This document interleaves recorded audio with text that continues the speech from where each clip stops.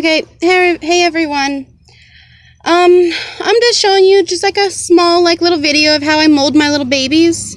This is the mold I use. It's just a small one. It's for like a 4-inch. It's just a basic little glove mold. And this is the doll. This is one of the finished ones. Well, it's not finished, but it's like right out of the mold. See? And when I'm casting a baby like this, since the arms go up, I'm going to want to cast the arms first. Because if you cast it like this, the silicone's not going to get up into the arms, and it's just going to be nothing. So, but first, when I have the mold, I want to spray it a couple times with mold release. Because if you don't, then the doll's just going to get stuck in there and it's not going to get out. This is the stuff that I use. It's the mold release 200. It's pretty basic. I use other types too, but this is just like what I have on hand at the moment, and it works really well. Okay, so this is my silicone. I have some right here. And I've already sealed up the little slits on the hands and the foot. With these, it makes it a lot easier when I'm taking the doll out, because then I can reach into the mold and kind of like work the hands out so I don't lose any fingers. And after I'm done casting, I'll show you that as well. But I've already sealed all those up so none of the silicone gets out, because we don't want anything leaking out. It becomes a big mess. So you always want to make sure you seal up anything like that real well before you start molding, because it can become a real big mess very quickly. So since I've already taken care of that and it's all ready to go, I'll just show you what I'm doing. And for this, I use like a syringe to get it up into the arms, because this is such a small mold, I can't just pour it in there, or it just kind of gets everywhere. So I just have like a cheap little syringe. Okay, and when you're adding part A and B, you want to try to get it as close as possible, like really, really close. Because if it's off too much, if you have more A than more B, if it's not like right, then it's not going to cure properly. So you want to try to measure out the same amount of A and B. So this is my B. I put the pigment in the B, and this is my A. So when I'm adding this, I want to try to get the exact same amount of each one. Because if I don't, then it's not going to cure properly. And once I've added my A, I want to mix it up. I want to mix it and make sure there's no longer any streaks. Get it all mixed really well. Because again, if it's not mixed well, then it's not going to cure very well. There can be places where it's not cured. It'll be tacky, gooey, just not very nice. So you just want to make sure you mix it up real well. Just kind of take your time a little bit, but not too long.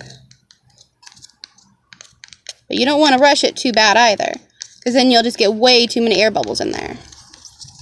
And since it's the smaller doll and I'm just showing you what I'm doing, I'm not going to use a degassing chamber or anything, since it's just like a small doll. But on bigger babies and stuff, you do want to use one, because it helps prevent air bubbles. And in bigger babies, that is very important. Because an air bubble can end up costing you a finger, and then later you gotta replace the finger. Which, it's not very much fun. It's not hard, but it's best to get a close to perfect pour the first time, instead of trying to fix it up later.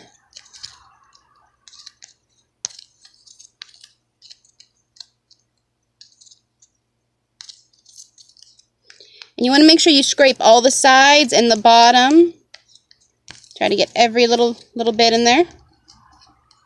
And of course I got some air bubbles, so I'm just going to tap it a little bit. Just try to get those out.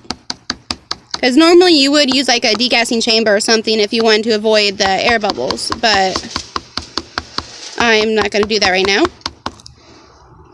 Okay, once you're ready, then you want to grab your syringe. Just a little syringe. And then you want to fill the syringe with the silicone. Now once that's in there, then you want to take the mold and use the syringe to get the silicone into the arms. And that way you're also preventing any big messes or spills. Now as you're doing this, you kind of want to squeeze the hands a little bit, tap, and make sure the silicone gets way into the fingers, and make sure you're not getting any air trapped in there.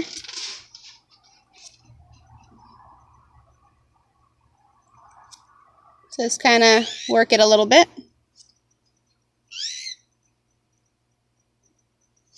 And then again, just kind of tap it.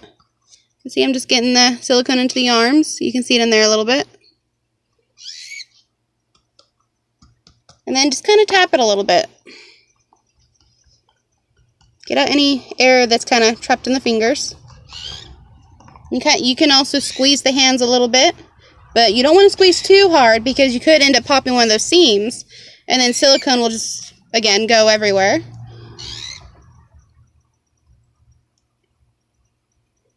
Just kind of get it into the arms as good as you can. And since the arms, when it's done, is facing up, when I'm molding, I'm going to face it down. That way the silicone goes into the arms of the mold. And it'll get into the fingers and all that as well. So I'm just going to put something here and let the mold kind of rest up against it so it goes down as it cures.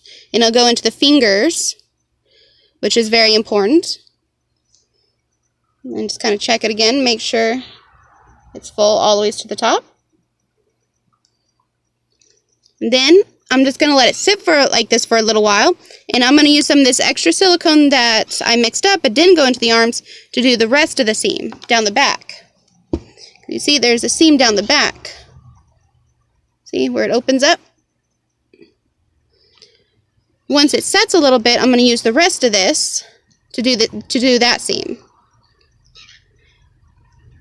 So I'm going to let it cure just a little bit, so it's a little more on the tacky side, just slightly, so I can kind of get it on there well, and it's not going to drip all over the place. Because I don't want to get it like everywhere. I want to make sure I get it on the seam well, so it's not going to come undone when I'm casting the rest of the doll.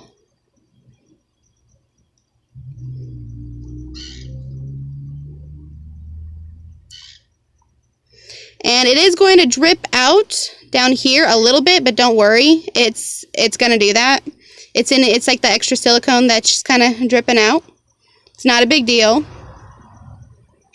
because you're going to get some mess no matter what you do. It's a messy process. You're going to get some mess. But once silicone is cured, it peels off almost any surface, just not carpet or not clothes. Once it's on your carpet or clothes, it's hard to get off. But any smooth surface is good. But you always want to make sure you put down some type of like paper towel or just something to protect your working area. Because when you're done, you can just roll it up and throw it away. So it makes cleanup a little bit easier when you're done. Okay, so I'm just going to let this cure for a little while.